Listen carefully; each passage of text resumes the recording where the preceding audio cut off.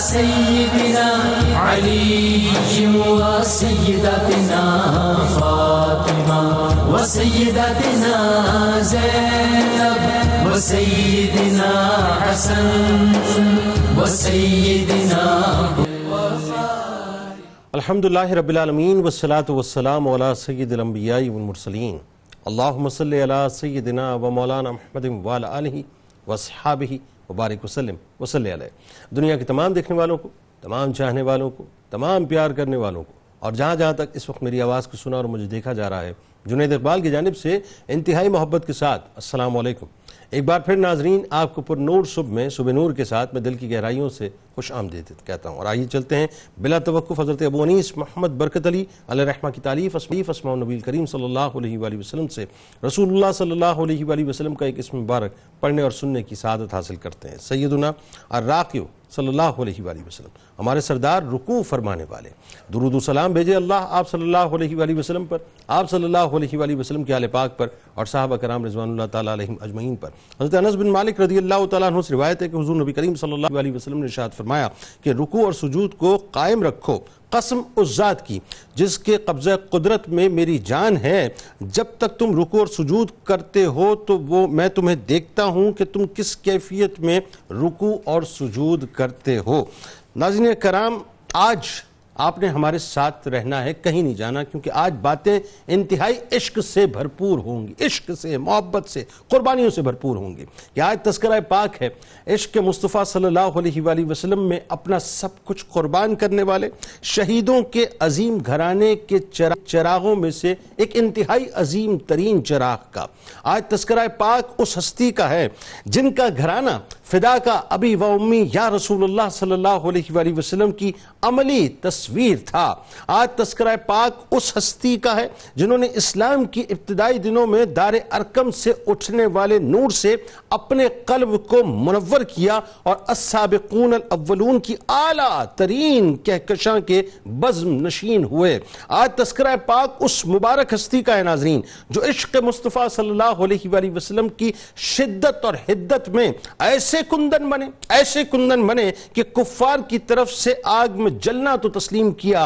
مگر اسلام کے راستے سے پھرنا آپ نے تسلیم نہیں کیا۔ آج تذکرہ پاک اس مبارک ہستی کا ہے ناظرین جن کے گھرانے کے مبارک خون نے ابتدائی دور میں اسلام کے چراغوں کو روشن کیا۔ آج تذکرہ پاک ان کا ہے جن کے خاندان کو مشرکین نے لاچار و مجبور دیکھ کر سب سے زیادہ مشق ستم بنایا اور طرح طرح کی اذیت دی کہ ٹھیک دوپہر کے وقت تپتی ہوئی ریت پر آپ کو لٹایا جاتا، دہکتے ہوئے انگاروں پر جلایا جاتا اور گھنٹوں پانی کے اندر غوطے دیے جاتے، لیکن جلوہ توحید نے ایسا اسیر کر دیا تھا کہ ان تمام تر سختیوں کے باوجود ان کو اسلام سے برگشتہ نہ کر سکے۔ یہ وہ مبارک ہستی ہیں ناظرین جو اپنے مبارک لہو سے عشق کی داستانیں رقم کرتے رہے۔ یہ وہ ہستی ہیں کہ ہر غزوے میں سرکار دو عالم صلی اللہ علیہ وآلہ وسلم پر فدا ہونے کے لیے سرکار علیہ السلام کے سائے کی طرح سرکار علیہ السلام کے ساتھ رہے۔ یہ وہ پاک ہستی ہیں ناظرین جنہوں نے عشق نبی میں جینا اور عشق نبی ہی میں مر کر جینا سکھایا۔ یہ وہ ہستی ہیں جن کی والدہ کے سر اقدس پر اسلام کی پہلی شہیدہ ہونے کا تاج سجا، یعنی اسلام کی پہلی شہیدہ حضرت سمیہ رضی اللہ تعالی عنہ کے نور نظر، حضرت یاسر رضی اللہ تعالی عنہ کے جگر گوشے، شیطان سے جنگ کرنے اور اس کا حلیہ بگاڑنے والے ابتدائی 7 افراد میں سے سب سے پہلے اسلام کا اعلان ببانگ دہل کرنے والے جانثار، وفادار اور فرما بردار صاحبی رسول جو سراپا ایمان تھے، جن کی رگ رگ میں ایمان خون کی طرح سرایت کرتا تھا۔ یہ وہ کمبل پوش ہیں ناظرین، وہ کمبل پوش ہیں کہ اگر وہ کسی بات پر قسم اٹھا لے تو اللہ تبارک و تعالیٰ ضرور ان کی قسم کو پورا فرما دیتا ہے۔ دنیا کے تمام مسلمانوں کے لیے حضرت عمار بن یاسر رضی اللہ تعالی عنہما مکتبہ عشق کے رہنما ہیں جنہیں دنیا کے تمام مسلمان سر جھکا کے سلام پیش کرتے ہیں اور ادب سے ان کا نام لیتے ہیں۔ یہ وہ عظیم ہستی ہیں ناظرین جن کے لیے سرکار دو عالم صلی اللہ علیہ وآلہ وسلم فرمائیں کہ میرے بعد عمار کے طریقے کو اپنانا۔ ناظرین کرام، ہر مسلمان، ظاہر دنیا میں اس وقت اربوں کی تعداد میں تقریباً 1.25 ارب کے قریب یا 1.25 ارب کے قریب مسلمان ہیں۔ ہر مسلمان یعنی رہتی دنیا تک آنے والے جنت کے مشتاق رہیں گے، لیکن یہ وہ بلند پایہ ہستی ہیں، وہ بلند پایہ ہستی ہیں جنت جن کی مشتاق ہے، جن کی منتظر ہیں کہ حضرت عمار بن یاسر رضی اللہ تعالیٰ عنہما تشریف لائیں۔ یہ وہ پاک ہستی ناظرین جن کے پورے گھرانے کو کن کی کنجی کے مالک سرکار دو عالم صلی اللہ علیہ وآلہ وسلم نے جنت کی بشارت عطا فرمائی۔ یہ وہ ہستی ہیں جن سے اگر کوئی بغض رکھے تو اللہ تبارک و تعالیٰ اسے مبغوض رکھتا ہے۔ یہ وہ پاک اور مبارک ہستی ہیں جن کے لیے سرور دو جہاں صلی اللہ علیہ وآلہ وسلم فرمائے کہ اللہ نے عمار کو سر سے لے کر پاؤں تک ایمان سے بھر دیا ہے۔ عمار کے خون اور گوشت میں ایمان سرایت کر چکا ہے۔ یہ وہ مبارک اور پاک ہستی ہیں جن کو بارگاہ محبوب خدا صلی اللہ علیہ وآلہ وسلم سے طیب مطیب یعنی صاف ستھرے ہونے کا لقب ملا۔ حضرت عمار بن یاسر رضی اللہ تعالیٰ عنہما کی شخصیت سمندر کی طرح گہری تھی ناظرین۔ آپ کی گفتگو بہت کم ہوتی تھی، بہت کم گفتگو فرماتے، خاموشی طویل ہوا کرتی تھی۔ جب اکثر و بیشتر خوف خدا میں ڈوبے رہتے تو لوگ سوال کرتے لیکن آپ اس کا جواب نہ دیتے، یعنی خوف خدا میں ڈوبے رہتے تھے اور آنے والے فتنوں سے پناہ مانگا کرتے تھے۔ بس یہ سمجھ لیجئے ناظرین، جو مکتبہ عشق کے طالب علم ہیں ان طلباء کو چاہیے کہ حضرت عمار رضی اللہ تعالی عنہ کے مکتبے میں داخلہ لے لیں۔ عشق کا مقصد بھی سمجھ آ جائے گا، عشق کا فلسفہ بھی سمجھ میں آ جائے گا، زندگی کا مقصد بھی سمجھ آ جائے گا اور موت کا مقصد بھی سمجھ آ جائے گا۔ آغاز کرتے ہیں ناظرین کرام، ہمارے ساتھ 3 شخصیات یقیناً کسی تعارف کی محتاج نہیں۔ پہلی شخصیت ممتاز عالم دین محترم جناب مفتی محمد اسحاق مدنی صاحب، دوسری شخصیت ممتاز عالم دین جناب علامہ اکرام حسین قادری صاحب، تیسری شخصیت ممتاز اسکالر ہیں، پروفیسر ہیں یونیورسٹی آف کراچی میں، خوبصورت گفتگو جناب ڈاکٹر سید محبوب بخاری صاحب۔ تینوں احباب کو خوش آمدید، السلام علیکم۔ اور آخر میں انشاءاللہ منقبت کا نذرانہ پیش کریں گے جناب خاور نقشبندی صاحب جو ملک کے ممتاز شناخواں ہیں۔ آغاز کرتے ہیں علامہ صاحب سے۔ کیا حسین شخصیت صاحب، میں تو فریفتہ ہوں حضرت عمار رضی اللہ تعالیٰ عنہ پہ۔ آئیے آغاز کرتے ہیں خاندانی تعارف سے۔ دیکھیں کیسی بات ہے،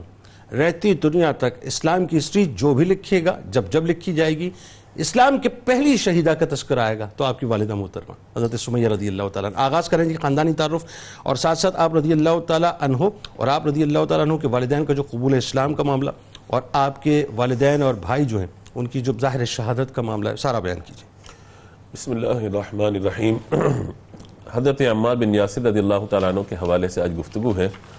آپ کو اللہ تبارک و تعالیٰ نے یہ سعادت عطا فرمائی ہے کہ نبی رحمت صلی اللہ تعالیٰ علیہ وآلہ وسلم نے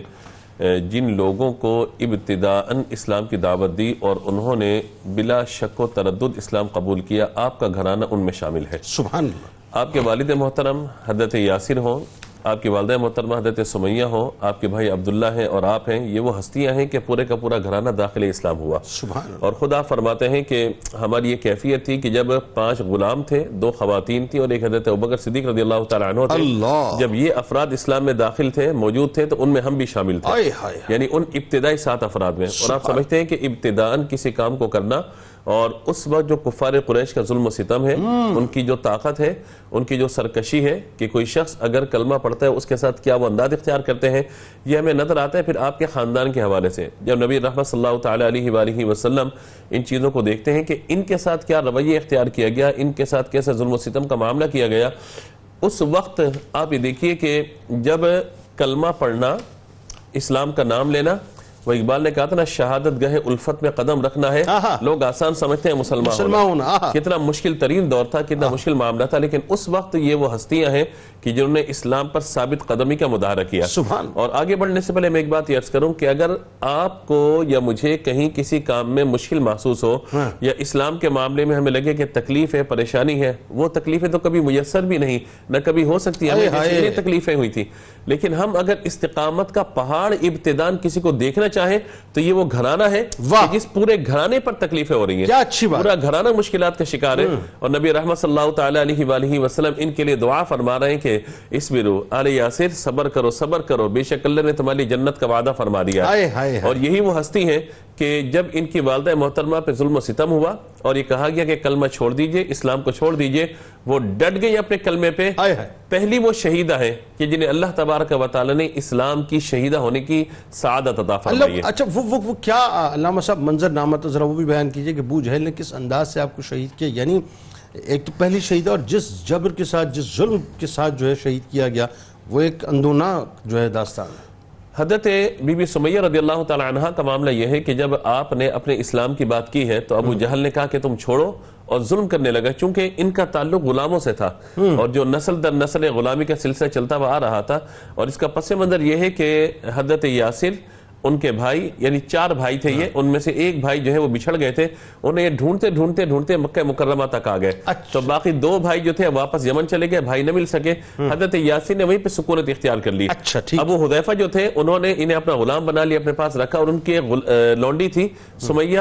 انہیں ان کی ملکیت میں دیا، تو انہیں آزاد کر کے نکاح کر لیا گیا. کنیز تھی وہ، کنیز تھی، تو نکاح کر لیا گیا. جب نکاح ہو گیا تو ابو حذیفہ نے انہیں بہت اچھے انداز سے رکھا. مالی طور پر اللہ تعالیٰ نے انہیں کوئی کمی نہیں ہونے دی، یعنی ابو حذیفہ نے جو سارا معاملہ کیا اس اعتبار سے. لیکن کیا ہوا کہ جب اسلام قبول کیا تو کفار نے چونکہ انہیں کمتر سمجھا اس اعتبار سے کہ مالی طور پر یا سردار کے طور پہ کسی بڑے خاندان کے نہیں ہے، لہذا ان کے ساتھ ظلم و ستم کا معاملہ کیا گیا. حضرت ابوبکر صدیق رضی اللہ تعالی عنہ حالانکہ کتنے بڑے سردار ہیں، کیا شخصیت ہے آپ کی مالی طور پر، لیکن ان کے ساتھ بھی ظلم و ستم روا رکھا گیا. لیکن آپ کی والدہ کے ساتھ یہ کیا گیا، کہا کہ کلمہ چھوڑ دو، کلمہ چھوڑ دو، کلمہ چھوڑ دو. انہوں نے کہا ہماری جان تو جا سکتی ہے مگر مصطفیٰ کا دامن ہم نہیں چھوڑ سکتے، ہم کلمہ نہیں چھوڑ سکتے. تو اس نے آپ کی ناف کے نیچے نیزہ مارا، یہاں تک کہ اس کی تکلیف کی شدت سے خون زیادہ بہہ جانے کی وجہ سے آپ کا انتقال ہو گیا اور آپ شہیدہ ہو گئی. پہلی ان کے بعد ان کے والد محترم حضرت یاسر کے ساتھ ظلم و ستم ہوئے، انہیں شہید کیا گیا. پھر ان کے بھائی عبداللہ ہیں، ان کے ساتھ ظلم و ستم کا معاملہ، انہیں شہید کیا گیا.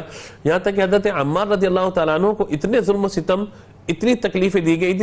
گئی، کہا جاتا ہے کہ جب وہ بڑھاپے میں تھے تو اپنی پشت دکھایا کرتے تھے کہ میری پشت دیکھو، اس پہ وہ نشانات ہیں جو میں نے جرم یہ کیا تھا کہ میں نے اسلام قبول کیا تھا. اچھا، اب 93 برس ماشاءاللہ آپ کی عمر، پوری ایک صدی آپ نے دیکھی، اور آپ یہ دیکھیے کہ وہی بات ہے کہ دار ارکم سے اٹھنے والی پر نور صداؤں سے لے کر پھر آپ نے ظاہر خلفائے راشدین کے ادوار دیکھے، اور جس طرح سے آپ نے زندگی گزاری، میں تو آپ کو بتاؤں کہ فدا ہوں میں حضرت عمار رضی اللہ تعالیٰ عنہ پہ. جو تکالیف دیکھیں، آج میں ایک سوال سے پہلے تھوڑی سی تمہید 2 جملوں میں بنانا چاہتا ہوں.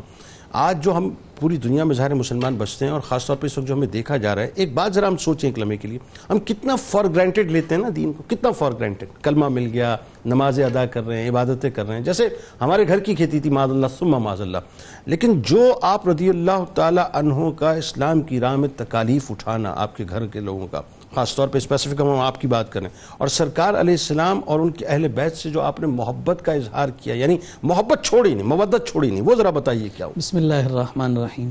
جناب سیدنا عمار بن یاسر رضی اللہ تعالیٰ عنہ، جیسا کہ آپ نے ذکر کیا کہ ابتدائے اسلام کے وہ عظیم جانثاران ہیں کہ جن کے صدقے اور طفیل آج اسلام کی یہ خوبصورت عمارت جو ہے وہ کھڑی ہے. اللہ یقیناً کسی بھی عمارت کے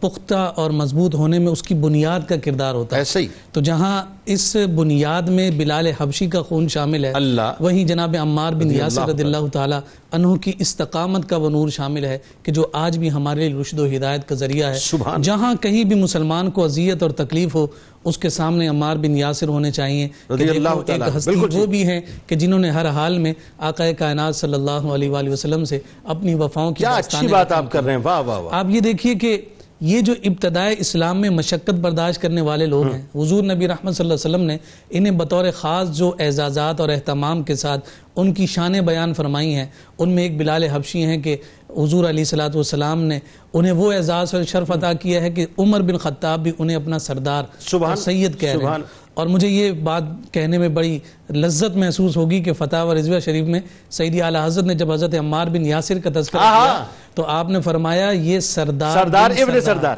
یہ سردار بن سردار. لوگ تو یہ کہیں نا کہ جناب یہ تو غریب الوطن تھے، یہ بے یار و مددگار تھے، یہ تو یمن کے لوگ تھے، مکہ میں آ کر پھنس گئے، لوگوں نے مظالم کیے، تشدد کیے. یہ تاریخ کی ایک داستان تو ہے، لیکن وہ ایسے پھر کندن بنے وہ آج بھی سردار ہیں اور انشاءاللہ قیامت تک اسی طرح سے سردار رہیں گے. حقیقی سرداری انہی لوگوں کی، حقیقی سرداری انہی لوگوں کی. آپ یہ دیکھیے کہ جناب عمار بن یاسر رضی اللہ تعالیٰ عنہ، آپ کا پورا خاندان ان تخت مشق بنے ہوئے ہیں. ایسا ہی ابو جہل ہو، عتبہ ہو، شیبہ ہو، امیہ ہو، ولید بن مغیرہ ہو، دیگر جتنے بڑے بڑے نام ہمیں نظر آتے ہیں، تمام کو اگر کوئی مظالم کی داستان رقم کرنی ہے تو ان کے سامنے یا تو عمار بن یاسر نظر آتے ہیں، یا یاسر نظر آتے ہیں، یا سیدہ سمیہ نظر آتی ہیں، یا بلال حبشی نظر آتے ہیں. یہ وہ ہستیاں ابتدائی طور پر ہمیں نظر آ رہی ہیں. اور پھر آپ یہ دیکھیے کہ وہ تمام کے تمام وہ برداشت بھی کر رہے ہیں، اور پھر ان کے ساتھ حضور علیہ الصلوۃ والسلام اپنی رحمت کا جو معاملہ فرما رہے ہیں. جب وہ تمام کوششیں کر کے تھک ہار کر چلے جاتے، اب کائنات کے تاجدار صلی اللہ علیہ وسلم تشریف لاتے، اپنا مبارک ہاتھ جناب عمار کی پشت پر پھیرتے اور یہ کلمات رب ذوالجلال کی بارگاہ میں دعائیہ انداز میں کہا کرتے تھے. حکم آگ کو دیا جا رہا ہے، یا نار کونی بردم و سلاما علی عمار، اے آگ سلامتی والی ہو جا اور ٹھنڈی ہو جا میرے عمار پر، کما کنتی علی ابراہیم، جیسے تو ابراہیم علیہ السلام پر ٹھنڈک والی اور راحت والی اور امن والی بن گئی.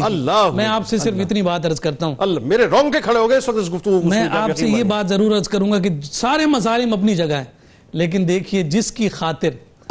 خاطر سب برداشت کر رہے ہوں، اور وہ نبی رحمت صلی اللہ علیہ وسلم آ کر اپنا دست شفقت پھیر یہی تو جملے مار رہے ہیں. وہ تو سارے غم ہی بھول جایا کرتے تھے. جو سونا میرے دکھ وچ راضی تے میں سکھ نو چلے پاواں، کہ یہ آ کر میری داد رسی اور میری عیادت کر لیتے ہیں، مجھے اور کیا چاہیے. اور پھر کبھی کبھی جب تھک ہار کر یہ جو ہے کسی سمت بیٹھ جاتے ہیں تو حضور علیہ السلام تسلی دینے کے لیے پھر تشریف لاتے ہیں، فرماتے ہیں اصبروا یا آل یاسر فإن موعدکم الجنہ، صبر پر قائم رہنا، مستقیم رہنا، استقامت کا دامن نہ چھوڑنا، بے شک رب ذوالجلال نے اپنی جنت کا وعدہ تمہارے ساتھ آل یاسر کے ساتھ کر دیا ہے. اب آپ یہ ساری باتیں جب ہمارے سامنے آتی ہیں، اس کے بعد جب آگے تھوڑا سا بڑھیں تو یہ بات بھی ہمارے مد نظر ہے کہ ایک اعتبار سے حضرت عمار بن یاسر کا اس پوری امت پر بڑا خوبصورت احسان. بتائیے یہ دیکھیے کہ مظالم کی انتہا ہے، پانی میں غوطے دیے جاتے ہیں، اور غوطے دیتے دیتے کیفیت یہ ہو جاتی ہے کہ آپ کے حواس جو ہے وہ اپنے مقام پر نہیں رہتے، جس کی وجہ سے کفار جو ہے آپ کی زبان سے جو کہلوانا چاہتے تھے وہ کہلوا دیتے. صحابہ کرام رضوان اللہ تعالی علیہم اجمعین نے سنا تو حضور کی خدمت میں حاضر ہوئے اور اس کرنے یا رسول اللہ عمار نے کلمہ کفر کہہ دیا. نبی رحمت صلی اللہ علیہ وسلم کو اطمینان نہیں تھا. حضور فرماتے تھے کہ ہو نہیں سکتا کہ عمار کی زبان سے ایسا کلمہ نکل جائے. سنن نسائی میں الفاظ ہیں، حضور نے فرمایا کہ اس کے تو مشاشہ میں ایمان ہے. مشاشہ گوشت کا نرم حصہ کہلاتا ہے، فرمایا کہ اس کے تو مشاشے تک میں ایمان ہے، یہ ہو نہیں سکتا. اور پھر اسی اسنا میں جب عمار بن یاسر آتے ہیں تو عمار بن یاسر رضی اللہ تعالیٰ عنہ کی آنکھوں میں آنسو ہیں.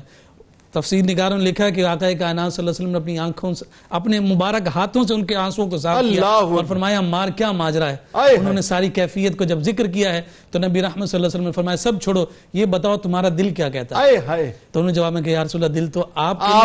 کے رب کے لیے مطمئن ہے. تو اسی وقت پھر جناب جبریل آ گئے، من کفر باللہ من بعد ایمانہ الا من اکرہ وقلبہ مطمئن بالایمان. فرمایا کہ جس کا دل جو ہے اطمینان قلبی جو ہے اسے نصیب اور میسر ہے، وفاداری اللہ اس کے رسول کے ساتھ ہی ہے. فرمایا اس کے بعد اگر ایمان لانے کے بعد ان کی زبان سے کوئی کلمہ کریہہ نکل بھی جائے تو اس پر ان کا کوئی مواخذہ نہیں. اسی سبب سے صاحب فتح الباری نے یہ بات ذکر کی ہے کہ اللہ رب العزت نے شیطان کے تمام حملوں کو عمار بن یاسر پر ختم فرما دیا، کیونکہ وہ جتنے بھی وسوسے ڈالتا ہے عمار بن یاسر اپنی استقامت کے ذریعے سے. سبحان، اس پہ گفتگو کریں گے. یہ تو بڑا ایک کمال واقعہ بھی ہے اور یہ واقعہ انشاءاللہ علامہ صاحب سے میں آگے جا کے سننا بھی چاہوں گا. لیکن اس سے پہلے چونکہ فضائل ہی کی بات ہے تو ذرا فضائل ہی کی یوں کہیے کہ اپنا طلسم کے اندر رہتے ہیں، مناقب ہی کے جو ہے وہ قول کے اندر رہتے ہیں، اور تھوڑا سا اور حضرت عمار بن یاسر رضی اللہ تعالیٰ عنہما کی فضائل بیان کیجئے کہ کیا شان ہے. کہ میں ایک جملہ جو ابتدا میں عرض کر رہا تھا، ذرا وہ بتائیے نا کہ ہم جنت کے مشتاق ہیں کہ کاش ہمیں جنت مل جائے. جنت آپ کی مشتاق ہے کہ مجھے عمار بن یاسر رضی اللہ تعالیٰ عنہما مل جائے. بتائیے. بسم اللہ الرحمن الرحیم. یقیناً اس میں کوئی شک نہیں کہ آج ہم جن شخصیت کو گفتگو میں لا رہے ہیں اور جن کے تذکرے سے اپنے کردار کو اور اپنے آپ کو خوبصورت بنانے کی کوشش کر رہے ہیں وہ حضرت عمار ابن یاسر رضی اللہ تعالی عنہ. علامہ صاحب کی بات کو ہی میں آگے لے کر چلوں. یعنی آپ کی شخصیت وہ جن کی شان میں قرآن کریم کی آیت مبارکہ نازل ہوئی، جن کے ایمان کی تصدیق قرآن کریم میں کی گئی، اللہ، پھر آپ صاحب ہجرتین ہیں، اس کے ساتھ ساتھ غزوات کے اندر، بالخصوص غزوہ بدر کے اندر، احد کے اندر، خندق کے اندر، صلح حدیبیہ اور دیگر بیت رضوان کے اندر، ہر مقام پر آپ حضور پرنور حضرت محمد مصطفیٰ صلی اللہ تعالی علیہ وسلم کی معیت میں، آپ کی صحبت میں موجود ہیں، یہاں تک کہ اعزاز اور یعنی جسے کہتے ہیں کہ شناخت جو مسلمانوں کو دینے والے ہیں، اس میں بھی حضرت عمار ابن یاسر کا یوں کنٹریبیوشن ہے کہ جب آپ مدینہ المنورہ میں چاشت کے وقت تشریف لائے اور حضرت عمار ابن یاسر کو اس بات کی فکر لاحق ہوئی کہ میرے پیارے نبی حضرت محمد مصطفیٰ صلی اللہ تعالی علیہ وسلم اس تپتی دھوپ کے اندر کیا کریں گے، نماز کہاں ادا کریں گے، تو اسلام کی پہلی مسجد، غور فرمائیے گا جنید بھائی، اس وقت تک اسلام کی کوئی اس طرح کی شناخت اس سے پہلے موجود نہیں تھی۔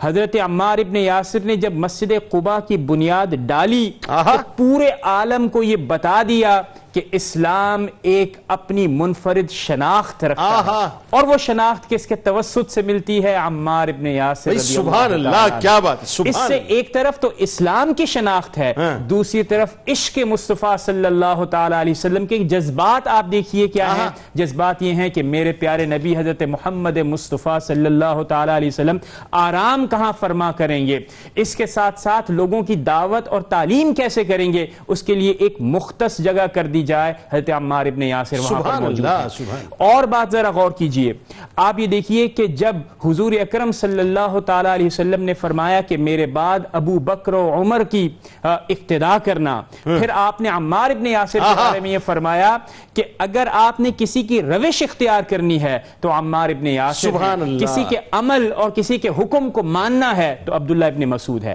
اب میں ناظرین کی توجہ چاہوں گا کہ اس روش سے کیا مراد ہے، یعنی کیوں عمار ابن یاسر؟ حضرت عمار ابن یاسر کی روش سے مراد یہ ہے کہ جیسے کہ آپ نے اپنے ابتدائیے میں بھی فرمایا کہ علم ہے لیکن حلم ہے، خاموشی ہے، یعنی وہ نہ غرور ہے، نہ تکبر ہے، نہ دکھاوا ہے، نہ نمود و نمائش ہے، اور حضور اکرم صلی اللہ تعالی علیہ وسلم کے ساتھ اتنی قربت ہونے کے باوجود بھی ہدایت کا منبع اور حضور کے اخلاق جس کا قرآن نے ذکر کیا اور شہادت دی، آپ اپنے اندر اس کردار کو سموئے ہوئے ہیں، لیکن اس کے باوجود بھی آپ کے اندر نمود و نمائش نہیں ہے۔ سبحان اللہ۔ آپ کے ساتھ آپ سے صرف یہ نہیں سوتے پھوٹتے کہ عرفان، رشد و ہدایت، عشق مصطفیٰ صلی اللہ تعالی علیہ وسلم، تصوف، بلکہ اس کے ساتھ ساتھ علم، فکر اور قائدانہ صلاحیتیں بھی پھوٹتی ہیں۔ پھر آپ وہ یاد کیجئے جو مناقشہ حضرت خالد بن ولید کے حوالے سے ہے، اس میں بھی آپ کے کتنے بہترین کردار کی صفات حضور اکرم صلی اللہ تعالی علیہ وسلم واضح فرماتے ہیں کہ گفتگو میں معمولی سی تلخی ہوئی تو حضرت عمار ابن یاسر رضی اللہ تعالی عنہ حضور کے سامنے پیش ہوتے ہیں۔ خالد ابن ولید نے وہاں پر آ کر بتانا بھی چاہا، حضور اکرم صلی اللہ تعالی علیہ وسلم نے فرمایا جو آپ سے یعنی حضرت عمار ابن یاسر سے دشمنی کرے گا وہ دراصل اللہ رب العزت سے دشمنی کرتا ہے، جو آپ سے بغض کرتا ہے وہ دراصل حضرت عمار ابن یاسر رضی اللہ تعالیٰ عنہ سے بغض کرتا ہے۔ اس کا مطلب کیا ہوا کہ حضرت خالد ابن ولید رضی اللہ تعالیٰ عنہ آگے تشریف لے کر گئے تو پھر آپ نے اس میں حوالے سے آپ نے اپنے معاملات کو درست فرمایا اور راضی ہو گئے۔ خالد ابن ولید رضی اللہ تعالی عنہ کا یہ واقعہ بھی یہ بتاتا ہے کہ آپ رضی اللہ تعالی عنہ کا کردار کی عظمت کیا ہے۔ بس اس پہ گفتگو کریں گے۔ بات یہ ہے کہ سرکار مدینہ، جیسا آپ یہ بتا رہے ہیں، سرکار مدینہ صلی اللہ علیہ وآلہ وسلم نے ظاہر ہے ایک طرف حضرت خالد بن ولید رضی اللہ تعالیٰ عنہ کا مقام اور مرتبہ اور ایک طرف حضرت عمار بن یاسر رضی اللہ تعالیٰ عنہ کا مرتبہ، یعنی دونوں غلام ہیں، دونوں سرکار کی بارگاہ میں موجود ہیں اور دونوں کی محبت کو اس وقت امت کے اوپر جو ہے عیاں کرنا اصل مقصد ہے۔ آئیے ناظرین، بنیادی طور پہ سرکار علیہ السلام کے چونکہ ایسے غلام کا تذکرہ پاک ہے کہ وہی بات ہے کہ بس میں کیا کہوں کہ جنہوں نے اپنا سب کچھ فدا کا ابی و امی یا رسول اللہ صلی اللہ علیہ وآلہ وسلم کے سلوگن کے تحت سرکار علیہ السلام پہ قربان کر دیا۔ تو آئیے پہلے سرکار علیہ السلام کی بارگاہ میں درود پاک کا نذرانہ، اور جب لوٹیں گے تو آپ نے کہیں نہیں جانا کیونکہ شیطان کے ساتھ ایک آپ کی لڑائی ہوئی تھی حضرت عمار بن یاسر رضی اللہ تعالیٰ عنہ کی، وہ کیا ہوئی تھی اور اس کے بعد کیا ہوا تھا آپ کو بتائیں گے ایک مختصر صفحے کے بعد۔ سيدنا علي وسيدتنا فاطمة وسيدتنا زينب وسيدنا حسن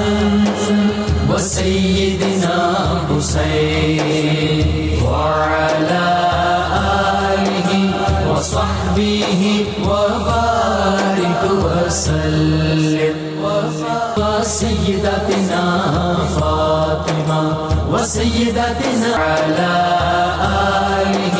وصحبه وبارك وسلم ناظرین کرام، ایک بار پھر میں آپ کو خوش آمدید کہتا ہوں۔ بڑا خوبصورت، بڑا خوشبودار تذکرہ پاک ہے حضرت عمار رضی اللہ تعالی عنہ کا، جو فدائے رسول صلی اللہ علیہ وآلہ وسلم، جن کا گھرانہ فدائے رسول صلی اللہ علیہ وآلہ وسلم ہے۔ اور عالم یہ ناظرین ذرا سوچئے کہ حضرت عمار رضی اللہ تعالیٰ عنہ وہ ہستی ہیں جن کو سرکار علیہ السلام کا وہ لمس عطا ہوا، وہ قربتیں عطا ہوئیں، جس کو ظاہر ہے بعد کے صحابی اس انداز سے دیکھتے ہیں کہ جب عمار بن یاسر رضی اللہ تعالیٰ عنہ سامنے آتے تو وہ رشک کی نگاہ سے ان کو دیکھا کرتے تھے کہ کتنا کرم سرکار مدینہ صلی اللہ علیہ وآلہ وسلم نے آپ پہ فرمایا ہے کہ آپ کو سرکار علیہ السلام کی اتنی محبتیں اور عنایتیں نصیب ہوئی ہیں۔ اب چونکہ واقعہ آپ کو سنوانا ہے، لہٰذا آپ نے ہمارے ساتھ رہنا ہے کہ شیطان سے جو ایک لڑائی اور جنگ ہوئی تھی علامہ صاحب، وہ ذرا بتائیے کہ کیا تھی، اور حضرت عمار بن یاسر رضی اللہ تعالیٰ عنہ کا زہد و تقوی، آپ کی عبادات وہ ایسی ہیں کہ وہ خود جو ہے ایک مثال ہے رہتی دنیا تک مسلمانوں کے لیے۔ جی بسم اللہ الرحمن الرحیم۔ نبی مکرم صلی اللہ تعالیٰ علیہ وآلہ وسلم کی بارگاہ میں آنے والے وہ افراد کے جنہیں اللہ تعالیٰ نے اسلام کی نعمت عطا فرمائی، ان کے لیے ایک حدیث مبارکہ مسند امام احمد کی، اس کے بعد پھر انشاءاللہ میں جو آپ نے ارشاد فرمایا اس طرف آتا ہوں۔ حضرت امام احمد رحمۃ اللہ تعالیٰ علیہ جید سند کے ساتھ اس حدیث کو بیان فرماتے ہیں، کہتے ہیں کہ اللہ تبارک و تعالیٰ نے لوگوں کے دلوں کی چھان بین کی، عالم ارواح میں لوگوں کے دلوں کی چھان بین کی،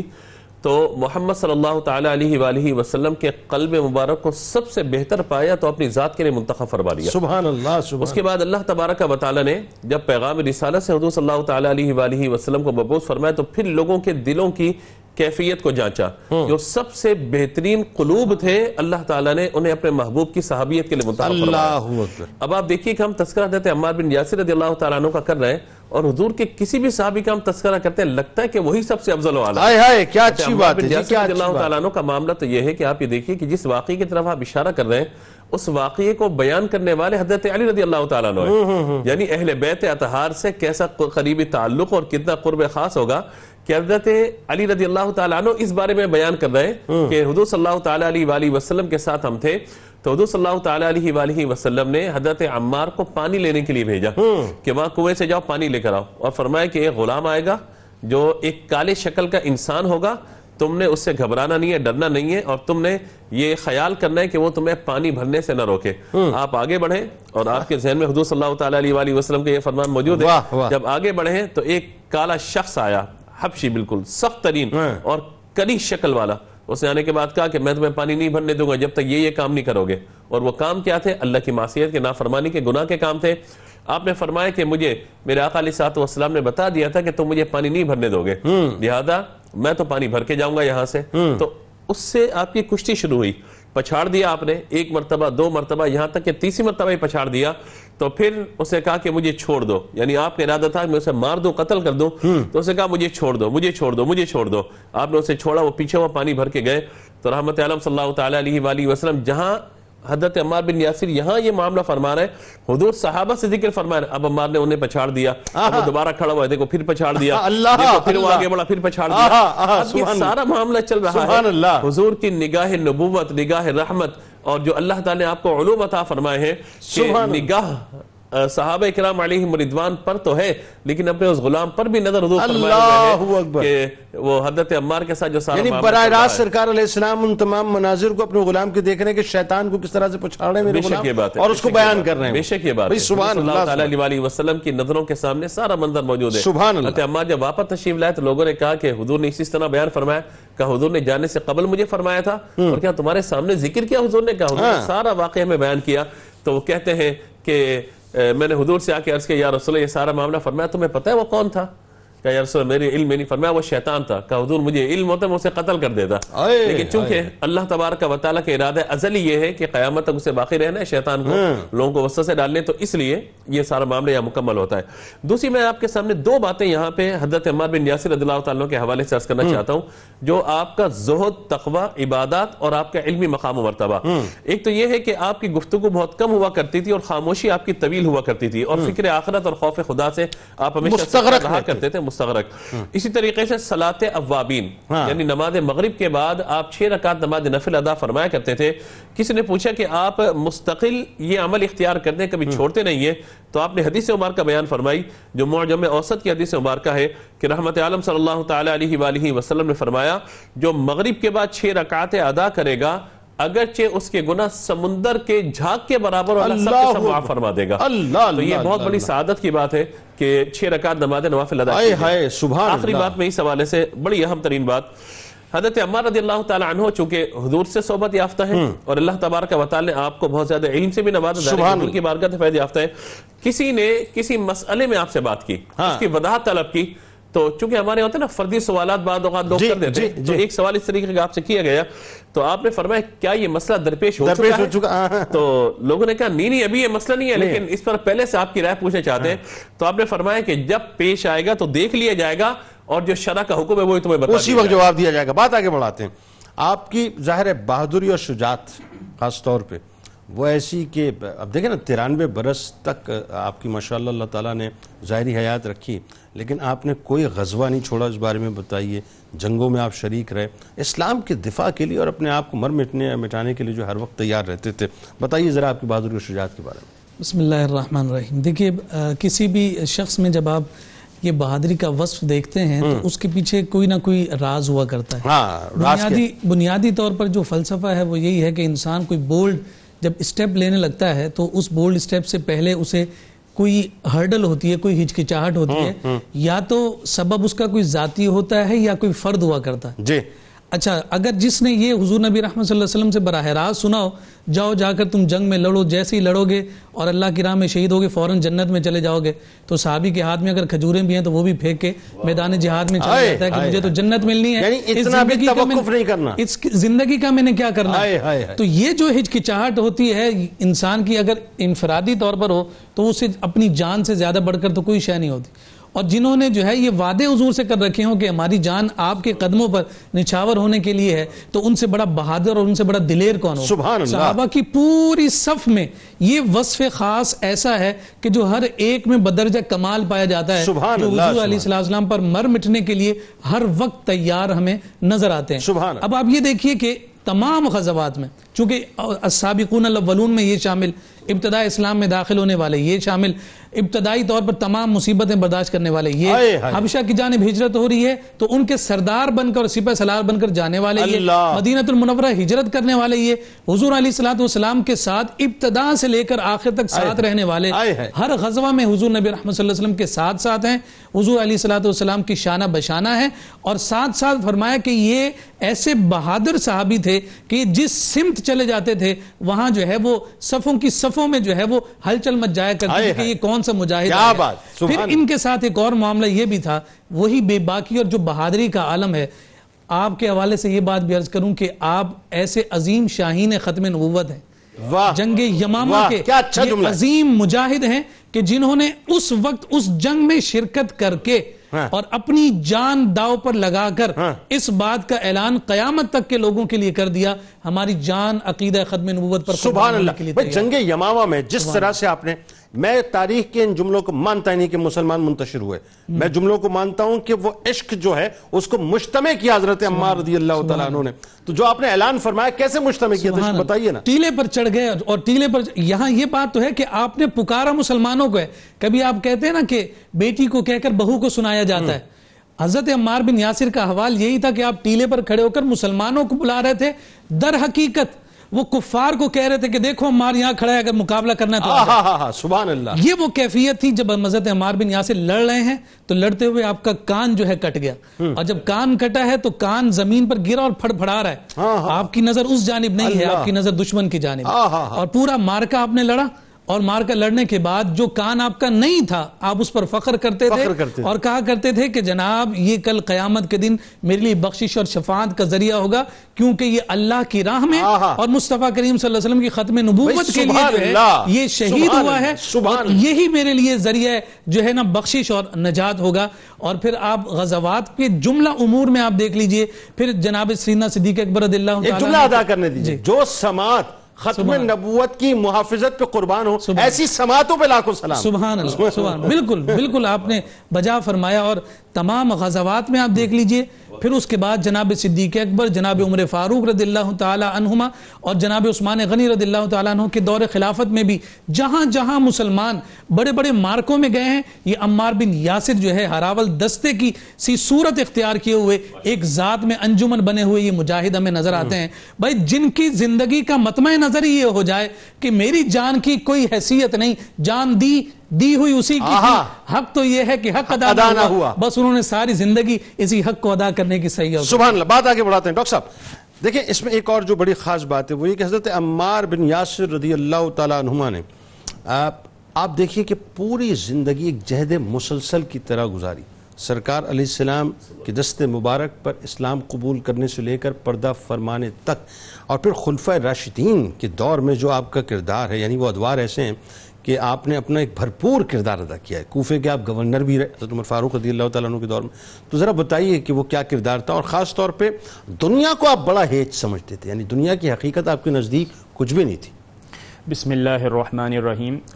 جنید بھائی آپ نے بڑا خوبصورت انداز میں بیان فرمایا، اور آپ حضرت عمار ابن یاسر رضی اللہ تعالیٰ عنہ کی زندگی کو دیکھیں کہ با اختلاف روایت 94 سال کی عمر، اس میں دنیا کا سب سے خوبصورت دور آپ نے دیکھا حضور اکرم صلی اللہ تعالیٰ علیہ وسلم اور خلفائے راشدین المہدیین کا دور۔ اب جو خوبصورت آپ کے کردار کی بات ہے وہ یہ ہے کہ حضرت عمر فاروق رضی اللہ تعالیٰ عنہ نے جب اسلام کے سب سے بڑے صوبے کے گورنر کا اہتمام کرنا تھا تو آپ کی نظر انتخاب حضرت عمار ابن یاسر پر پڑی۔ مورخین نے اس کے اوپر بہت گفتگو کی کہ آپ تو خاموش طبع ہیں، آپ کے اندر تو انکساری ہے، آپ کے اندر وہ روب دبدبہ بظاہر نظر نہیں آتا جو کہ طاقت والوں کے اندر ہوتا ہے، تو کیوں؟ لیکن اس پر بھی سب لوگ حیران ہو گئے کہ حضرت عمر فاروق رضی اللہ تعالیٰ عنہ کہ جن کا مزاج اسلام کا مزاج ہے، قرآن کریم جن کی تائید میں یعنی نازل ان معنوں میں ہوتا ہے کہ جو آپ کی رجحان ہوتا ہے اس کے مطابق اللہ رب العزت آیات نازل فرماتا ہے، تو حضرت عمار ابن یاسر رضی اللہ تعالیٰ عنہ کا انتخاب کیوں؟ تو مورخین نے اس پہ تبصرہ کرتے ہوئے لکھا کیونکہ جب کوفہ میں اسلام داخل ہوا تو اسلام نے کوفہ کو تو فتح کر لیا، لیکن وہاں کے باشندوں کے دلوں کو فتح کرنا تھا، اور دلوں کو فتح کرنے کے لیے حضور اکرم صلی اللہ تعالیٰ علیہ وسلم کی سنتوں کو زندہ کرنے کے لیے اور فارس اور روم کی سلطنتوں سے اپنے آپ کو مختلف اور منفرد بنانے کے لیے حضرت عمار ابن یاسر کا انتخاب کیا گیا۔ اتنا منفرد قسم کا انتخاب، منفرد، اور وہ منفرد کیوں؟ کیونکہ اسلام آپ کی شخصیت میں بولتا تھا، وہ سادگی جس کا اسلام دعوے دار، وہ مساوات، وہ انکساری، طاقت کے ہوتے ہوئے بھی طاقت آپ کی شخصیت کے سبحان اللہ سبحان اللہ، اور یہ سنت آپ نے کہاں سے کیری کی ہے؟ حضور اکرم صلی اللہ علیہ وسلم۔ اب آپ غور کیجئے، اور پھر جب حضرت عمر رضی اللہ تعالی عنہ آپ کو بھیج رہے ہیں کوفہ میں تو آپ ایک لیٹر لکھتے ہیں، اس لیٹر میں بہت خوبصورت انداز میں آپ نے بیان فرمایا یہ آپ کے گورنر بھی ہیں اور معلم بھی ہیں، ان کی اتباع کرو، یعنی ایڈمنسٹریٹیولی اتباع نہیں کرنا بلکہ شریعت کے احکامات کے اندر بھی آپ نے ان کو فالو کرنا ہے۔ اچھا اس میں ایک بات ڈاکٹر صاحب، قطع کلام کی معذرت، دو باتیں آپ ضرور بتائیں گے۔ پہلی بات تو آپ یہ بتائیے، میں حیران ہوتا ہوں اس واقعے کو پڑھ کے کہ ایز گورنر کوفہ آپ سوچئے کہ 1 درہم لے کے بازار میں نکلتے ہیں اور سامان اپنی پیٹھ پر لاد کے جاتے ہیں، آج کے حکمرانوں کے لیے کتنا بڑا میسج ہے اس کے اندر، دیکھیے یہ دیکھیے کتنی سادگی ہے۔ آپ یہ دیکھیے ہمارے ہاں نوکروں کی، خادموں کی ایک قطاریں ہوتی ہیں، جس بات کی طرف میں آپ کی توجہ چاہ رہا ہوں جو یہ واقعہ شاہد ہے اور آج کے حکمرانوں کے لیے بہت بڑا درس دے رہا ہے، وہ کیا ہے؟ وہ یہ ہے کہ طاقت آپ کے مزاج پر کتنی اثر انداز ہوتی ہے. کیا کہنا آج ہم اپنے معاشرے میں دیکھتے ہیں کہ ایک چھوٹا سا کلرک ہوتا ہے, یہ بھی چھوڑ دیجئے, ایک چھوٹا سا آپ دیکھیے چپڑاسی ہوگا, نائب قاصد ہوگا, وہ اپنی طاقت کو اس انداز میں ایکسرسائز کرتا ہے کہ وہ سمجھتا ہے کہ مجھ سے بڑھ کر طاقتور دنیا میں کوئی کسی باس کا پیون ہوگا, وہ اپنے آپ کو اپنی ذات میں اپنے آپ کو باس سمجھتا ہے, وہ یہ کہتا ہے کہ میری مرضی اور منشا کے مطابق چڑیا پر نہیں مار سکتی. حضرت عمار ابن یاسر رضی اللہ تعالیٰ عنہ کوفہ کے گورنر ہیں, کوئی شخص بدتمیزی کرتا رعایت کے اندر, آپ مسکرا کے جواب دیتے. کوئی شخص کوئی یعنی شکایت لے کر آتا, آپ اس کی شکایت کا مداوع کرتے. حتیٰ کہ حضرت عمر رضی اللہ تعالی عنہ نے جب آپ کو اس عہدے سے جب یہ علیحدہ ہوئے تو آپ نے پوچھا, کیونکہ حضور اکرم صلی اللہ تعالی علیہ وسلم کے چہیتے تو تھے ہی, اور آپ کو اس بات کا فخر بھی تھا کہ اگر کوئی حضور کے قریب عمر میں ہے تو عمار ابن یاسر. اللہ, ایک بات اور بتائیے جو بڑی خاص ہے اس حوالے سے, وہ جو روایت ہم عموماً سناتے ہیں کہ اللہ کے کچھ بندے ایسے ہیں جو اگر قسم اٹھا لیں تو اللہ ان کی قسم کو نہ اٹھا لے. یہ تو اور دیکھیں یہ کتنے اعزاز کی بات, یہ اعزاز تو انہی کے لیے ہوتا ہے, یہ اعزاز انہی کے لیے ہے جن کے لیے کہا گیا کہ جنت ان کے مشتاق ہے. ٹھیک ہے, یعنی ہم جنت کے مشتاق ہوتے ہیں, جنت ان کے مشتاق. ایسا ہی پھر فرمایا کہ انبیاء کے کیا ہوتے ہیں, مختلف وزراء ہوتے ہیں, اور تمام انبیاء کے 7 اور حضور اکرم صلی اللہ تعالی علیہ وسلم کے 14, اور ان میں سے حضرت عمار ابن یاسر. لیکن جس بات کی طرف میں آخر میں آپ کی توجہ چاہ رہا تھا وہ کیا تھا